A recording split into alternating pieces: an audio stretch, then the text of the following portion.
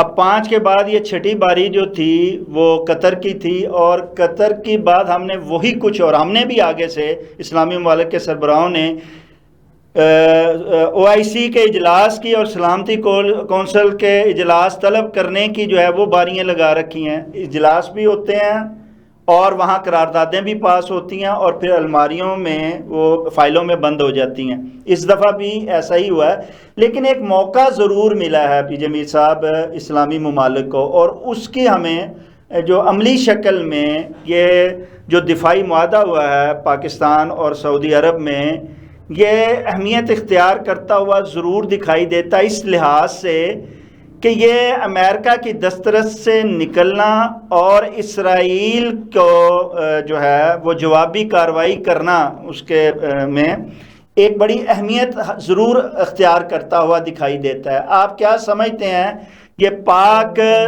سعودی عرب جو معاہدہ ہوا ہے، اس سے کیا وہ شکل جس کی آپ نشاندہی کر رہے ہیں، یا جس کے بارے میں پاکستانی قوم جو ہے فی الحال خوش فہمی کا شکار ضرور ہوئی ہے کہ اس معاہدے سے جو ہے ہم لوگوں کو بھی ایک طاقت ملے گی جو معاشی طور پہ مل سکتی ہے، اور دوسری طرف ایک نیٹو جو الائنس ہے، اسلامی الائنس، وہ بھی بنتا ہوا دکھائی دیتا ہے. کیا ایسا ہی ہے؟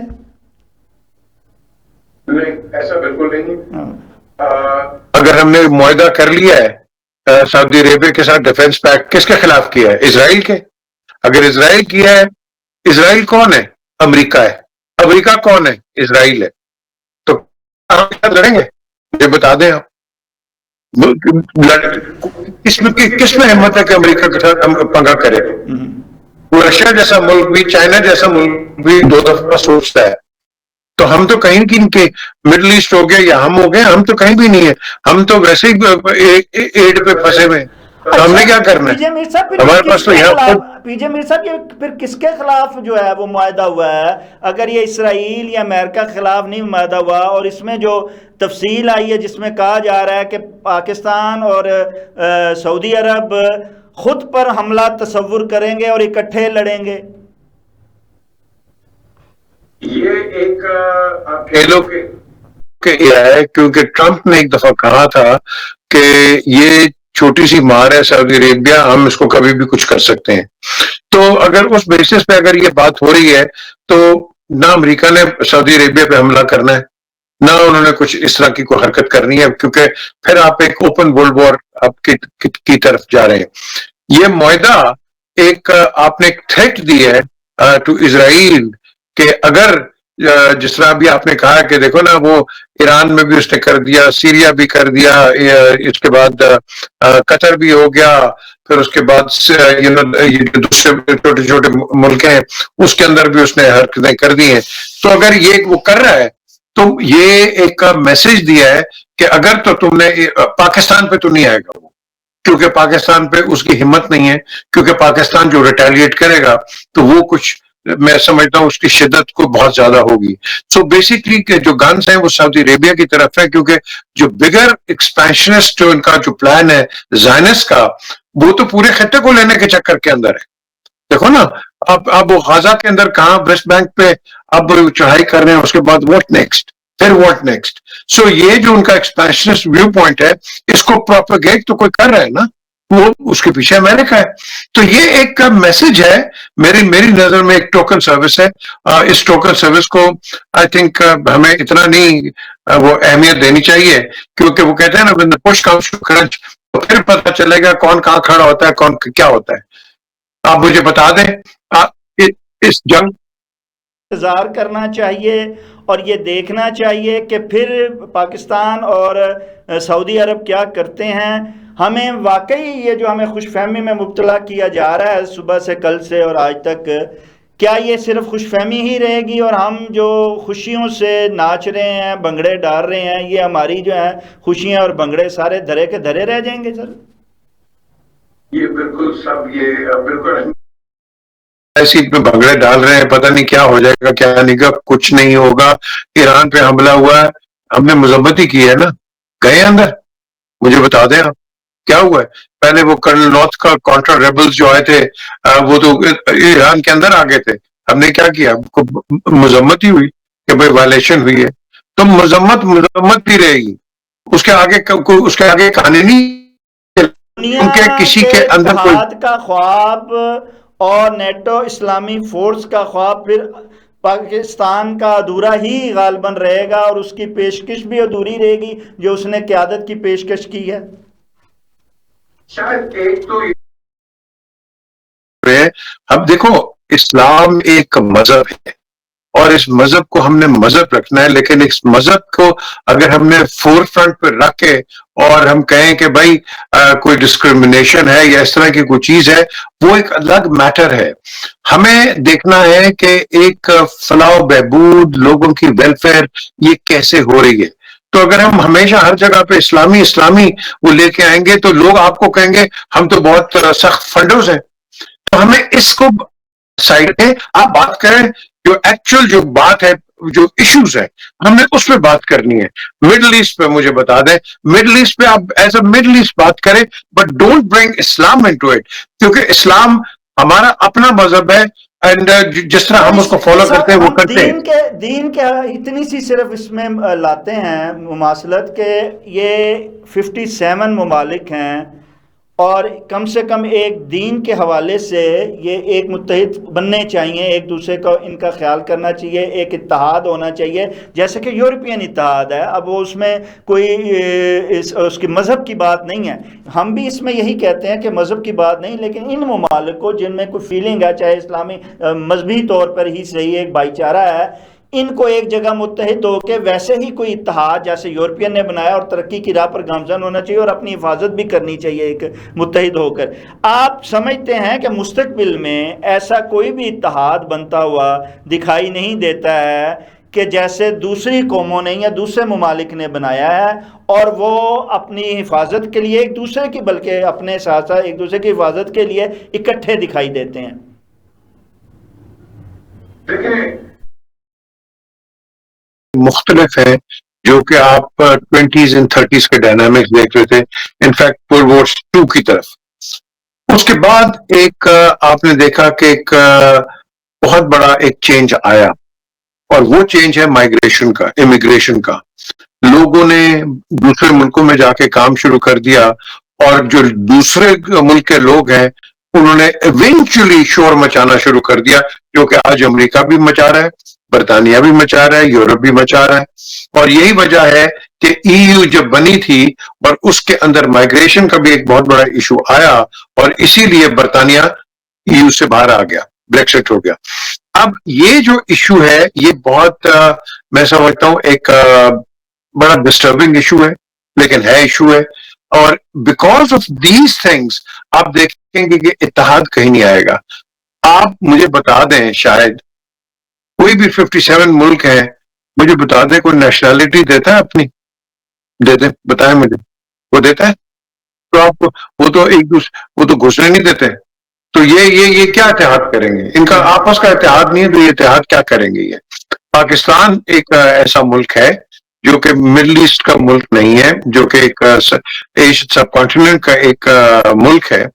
اس کے اندر میں سمجھتا ہوں کہ کرج ہے, اور اس کے اندر ایک ٹینیسٹی ہے کہ جو یہ کچھ کر سکتا ہے. آپ مجھے بتائیں سب سے زیادہ فار ایگزامپل کچھ کرنا پڑے گا, چاہے وہ بھارت کا مقابلہ ہو یا اسرائیل کا مقابلہ ہو. بالکل صحیح کہا آپ نے, بالکل صحیح کہا. یہ اکیلا ہی ہے. دیکھو نا, آپ کے پاس دنیا کی سب سے لانگسٹ سروائیونگ پولیٹیکل کانفلکٹس دو ہیں, ایک کشمیر ہے اور دوسرا پیلسٹائن ہے. اب یہ جو لمبی کانفلکٹس ہے, مجھے بتا دیں پاکستان تو کشمیر پہ بولتا ہے, کوئی اور کسی عرب سٹیٹس نے کھل کے کوئی پاکستان کو کوئی سپورٹ کیا؟ کسی نے نہیں کیا. پیلسٹائن کی سپورٹ پہلے نہیں کی, اب دبی لفظوں میں وہ بھی آ گئی ہے. اب ان پرٹیکولر یو اے ای کو دیکھ لو, انہوں نے کہا کہ ریڈ لائن ہے, سعودی عربیہ بھی بول پڑا, دوسرے بول پڑے. کیوں؟ کیونکہ اب ان کو خود خطرہ پڑ گیا ہے کہ یہ خود نہ کہیں ان کو کوئی کھا جائے, تو اسی لیے ان کے لیے بات کر رہے ہیں. تو یہ جو چیز ہے, یہ ہر بندہ اپنا اپنا, یہ ہر ملک جو ہے یہ اپنا اپنا انٹرسٹ دیکھتا ہے. یہ یہ دوستیاں شوستیاں کوئی نہیں ہوتی. اگر دوستیاں ہوتی تو پھر ایک دوسرے کے نیشنلٹیز, ویزاز اور یہ وہ, آپ کا ٹریول اتنا آسان ہوتا. آپ کا ایٹ کو ٹریول آسان, بالکل کوئی آسان نہیں. تو ہم دوستیاں سارا کرتے ہیں. چائنا لے لو یار, پاکستان کتنا اچھا آل ویدر فرینڈ ہے. آپ چائنا کا ویزا تو آرام سے لے کے بتا دو مجھے ذرا, آپ کو ویزا نہیں ملے گا. تو یہ جو چیزیں ہیں یہ سب میری نظر کے اندر یہ ایک ڈپلومیٹک ٹوپی ڈرامہ ہے جو کہ ہر ملک کھیلتا ہے, کرتا ہے, کرتے رہیں گے. لیکن at the end of the day ہر ملک اپنا اپنا مفاد دیکھتا ہے, دوسرا کا نہیں دیکھتا وہ. تو اس کا مطلب ہے کہ پی جے میر صاحب, ہم نے ہمارے پیٹ میں اٹھنے والا ہر درد کا علاج ہم نے خود ہی تلاش کرنا ہے, اور اس کا جو ہے ہم نے دوا بھی خود کرنی ہے اور اس کو درست بھی خود کرنا ہے. لیکن ہمیں جو یہ درد ہے دوسروں کے درد میں ہم نے ضرور آواز اٹھائی ہے, اور آج بھی اٹھا رہے ہیں, اور ان کے تحفظ کی قسمیں بھی کھا رہے ہیں. تو لیکن اس رویے کو آپ سمجھتے ہیں کہ بدلنا پڑے گا پاکستان کو, اور اپنے مفادات کو جو ہے اولیت دینا پڑے گی. اگر یہ چیز دیکھی جائے تو اب بھارت اور اسرائیل جو ہے, پھر اس کے لیے پاکستان جو ہے اس کو تنہائی ان دونوں کا مقابلہ کرنا ہے. لیکن بھارت جو ہے جہاں عسکری طور پر وہ جارحیت پاکستان کے ساتھ کر رہا ہے, وہاں اس نے کھیل میں بھی سیاست لے کے آیا ہوا ہے, اور وہ کوئی بھی ایسی جگہ چھوڑ نہیں رہا کہ جہاں پہ وہ پاکستان کو مشکلات سے دوچار نہ کر پائے, چاہے وہ پانی ہو, چاہے کھیل ہو, چاہے ریاست کا معاملہ ہو, وہ ہر جگہ جو ہے مشکلات پیدا کر رہا ہے.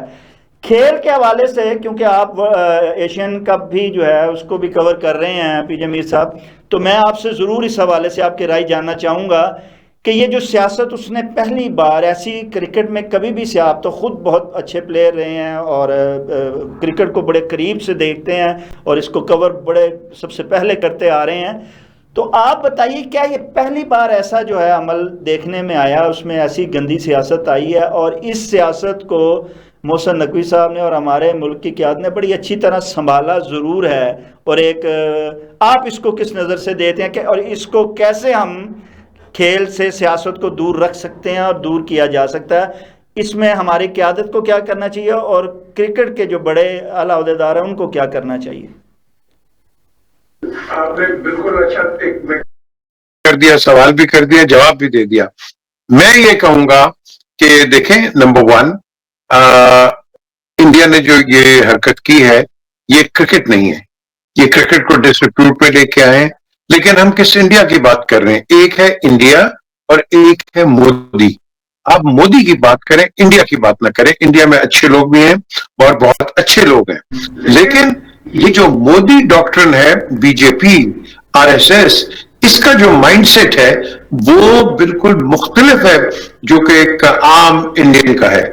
اور یہ جو بیچ میں ڈفرنس آپ کو نظر آ رہا ہے یہ آپ کے سامنے نیوز رپورٹس میں, اسی لیے آپ دیکھتے ہیں کہ کم از کم کچھ نہیں تو 8-9 انڈیجنس موومنٹس وہاں چل رہی ہیں. ناگاز ہیں, میزوز ہیں, تاملز ہیں, آسام ہے, تریپورہ لے لو آپ, خالصتان لے لو, کشمیر لے لو, دلیتس لے لو. تو یہ جتنے بھی ہیں, ناگاز ہیں, یہ جتنے بھی ہیں, یہ کیوں ہیں؟ بیکاز ان کی جو پالیسیز ہیں یہ بالکل ہی میں سمجھتا ہوں کہ یہ ڈیمیجنگ پالیسیز ہے for the federation of India. After all India بھی فیڈریشن ہی ہے نا, وہ یونائٹیڈ ملک تو نہیں ہے, وہ اسٹیٹس کا وہ ایک ملک بنا ہوا ہے. ہم بھی ایک فیڈریشن ہے, ہمارے 5 ہیں, آپ کہہ لو کہ پروونسز. تو ہمارے اندر یونٹی ہے لیکن پرابلمز بھی ہیں, لیکن ہم اس کو ٹیکل کرتے ہیں. لیکن ہم اس ایکسٹریمزم پہ نہیں جاتے جو کہ انڈیا ایک ایکسٹریمسٹ ایکٹ کرتا ہے. تو جو کرکٹ میں اس نے کیا ہے, میں سمجھتا ہوں بہت نیچ حرکت کی ہے, بہت گندی حرکت کی ہے, اور اس نے اپنے آپ کو ہی لوگوں کے آگے گندا کیا ہے. کیونکہ کرکٹ کے اندر یہ چیز نہیں ہوتی ہے, کیونکہ کبھی بھی میں نے یہ نہیں دیکھا کہ اگر, پہلے تو میں کہوں گا انڈیا ویل ڈن کہ آپ نے پاکستان کو ہرایا, کل پاکستان آپ کو ہرائے گا, میں کہوں گا ویل ڈن پاکستان نے انڈیا کو ہرایا. ہم نے کرکٹ کو کرکٹ رکھنا ہے. لیکن یہ جو ان کے کیپٹن نے آ کے 1-2 باتیں کہی ہیں کہ جی پہلگام اور اس کے بعد آرم فورسز, یہ کیا یہ جنگ کرنے آئے تھے یا کرکٹ کھیلنے آئے تھے؟ یہ بتائے نا مجھے کوئی, یہ کیا انہوں نے نیچ قسم کی اسٹیٹمنٹ دی ہے. لیکن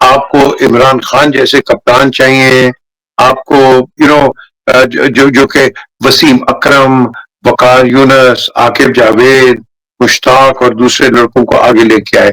جب تک آپ یہ نہیں کرو گے تو آپ آگے نہیں بڑھو گے. مجھے بتا دو آپ کے پاس کیا کوالٹی ہے؟ ابھی ہے کوئی کوالٹی کمپیئر کر سکتے ہیں کون کہ کسی کو؟ جو آتا ہے آپ اس کو نکالنے کے چکر میں، وہ بابر اعظم اتنا اچھا پلیئر، اس کا بیک پیچ آیا، ہم نے اس کو سائڈ پہ کر دیا. تو بھائی جب تک آپ کنسسٹنسی نہیں دکھاؤ گے لڑکا آگے نہیں بڑھے گا. آپ نے ایک لڑکے پہ انویسٹ اتنا کیا ہوتا ہے، اور اگر تھوڑا نہیں کر رہا ہے تو آپ اس کو تھوڑا ریسٹ کرا کے پھر اگین اس کو اسی کہتے ہیں کہ پوڈیم پہ اس کو آپ لے کے آؤ. لیکن ہم وہ نہیں کرتے نا. ہم ڈھونڈتے ہیں short term victory, long term planning نہیں ہے، اس لیے شارٹ ٹرم تھنکنگ ہے. اچھا، اس شارٹ ٹرم پلاننگ میں آپ اب آخری سوال کہ ایشیا کپ کا کیا مستقبل دیکھتے ہیں؟ یعنی اس میں پاکستان کا مستقبل کیا دیکھتے ہیں؟ کیا یہ ٹیم فائنل میں پہنچتی ہے، اور کیا آپ اس کو انڈیا کو یہ ہرا پائے گی؟ یہ ایک تو سنڈے کو میچ آ رہا ہے، پھر اس کے بعد تو آپ کیا سمجھتے ہیں کہ اس کا کیا مستقبل ہے، اور آگے فردر کرکٹ جو ہے اس کو کیا کرنا چاہیے اور کرکٹ کے لیے اور کرکٹ کے اعلی عہدیداروں کو، اور کیسے ہم اس میں بہتری لا سکتے ہیں؟ جی پی جے میر صاحب. دیکھیں کچھ بھی ہو جائے، پاکستان ہمارا ملک ہے اور یہ پاکستان کی ٹیم ہے، ہم اس کو ہمیشہ سپورٹ کریں گے، اس میں کوئی دو رائے نہیں ہے. لیکن بات آتی ہے کہ کیا ہمارے پاس وہ لڑکے ہیں جو کہ ہندوستان کے ساتھ مقابلہ کر لیں؟ کیونکہ آپ نے دیکھ لیا ہندوستان جو بھی ہو، آپ کریڈٹ وہاں آپ کو دینا پڑے گا اور دینا چاہیے کہ اگر آپ سے کوئی اچھی ٹیم ہے.